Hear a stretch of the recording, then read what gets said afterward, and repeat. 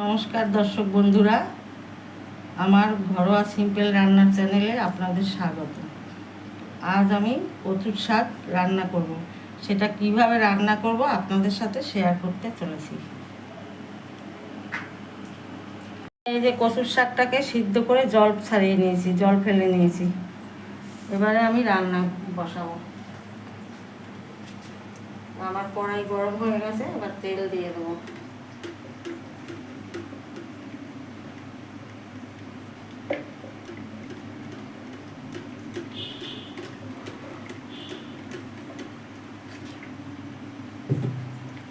তেল দিয়ে দিলাম।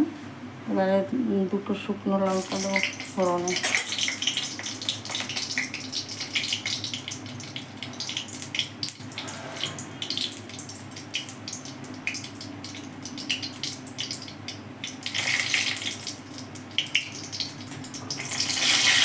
প্রথমে আমি দুটো শুকনো লঙ্কা দিলাম, পরে তেজপাতা দিলাম, এখন গোটা গরম মশলা দেব। এই যে গোটা গরম মশলা,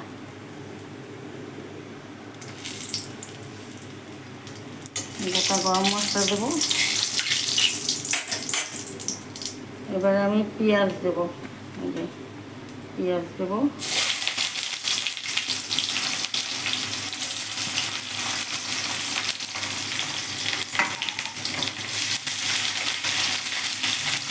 পেঁয়াজ দেব। এবারে আমি রসুন দেব।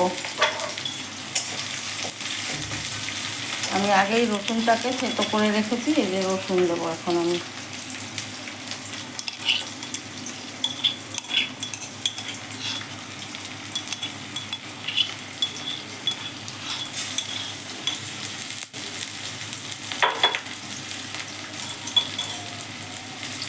পেঁয়াজ রসুন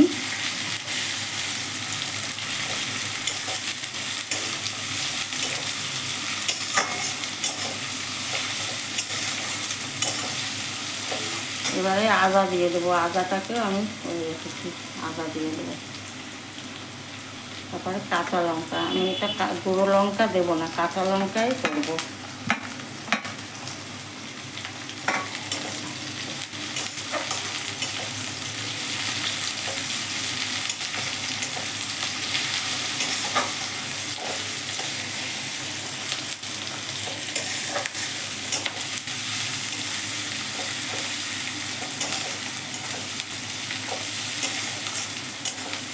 এরপরে আমি একটা আলু দেবো, এর সাথে আলুটাকে আমি কষিয়ে নেব। একটা আলু ছোট করে কেটে নিয়েছি, এটাকে আমি কিছু সময় কষিয়ে নেব। আমার মশলা কষানো হয়ে গেছে, এখন আমি কচুর শাকটা দিয়ে দেবো।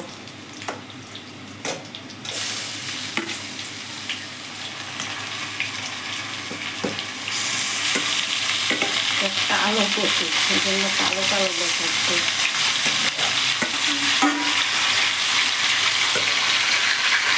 কচুর শাকটা দিয়েছি, এবারে আমি এর সাথে একটু এই যে মসুরের ডাল ধুয়ে রেখেছি, এটাকে দিয়ে দেবো।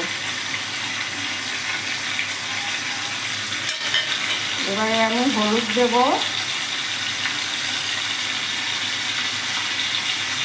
নুন দেবো।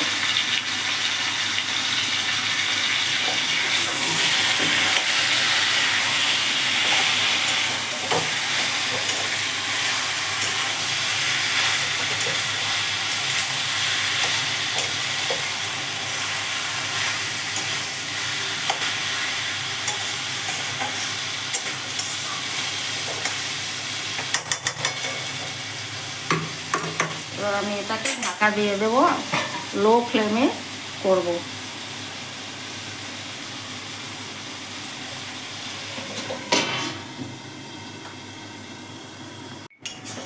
কচুর শাকটা প্রায় হয়ে আসছে, এখন আমি একটু চিনি দিয়ে দেবো। চিনি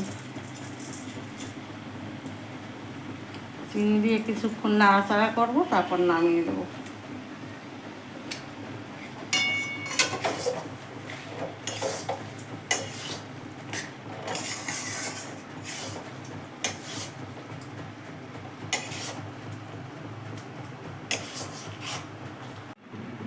হয়ে গেল আমার কচুর শাক রান্না, নামিয়ে নিয়েছি। আমার রান্নাটা যদি আপনাদের ভালো লেগে থাকে তবে আমার ঘরোয়া সিম্পল রান্নার চ্যানেলটিকে সাবস্ক্রাইব, লাইক, শেয়ার, সাবস্ক্রাইব করবেন।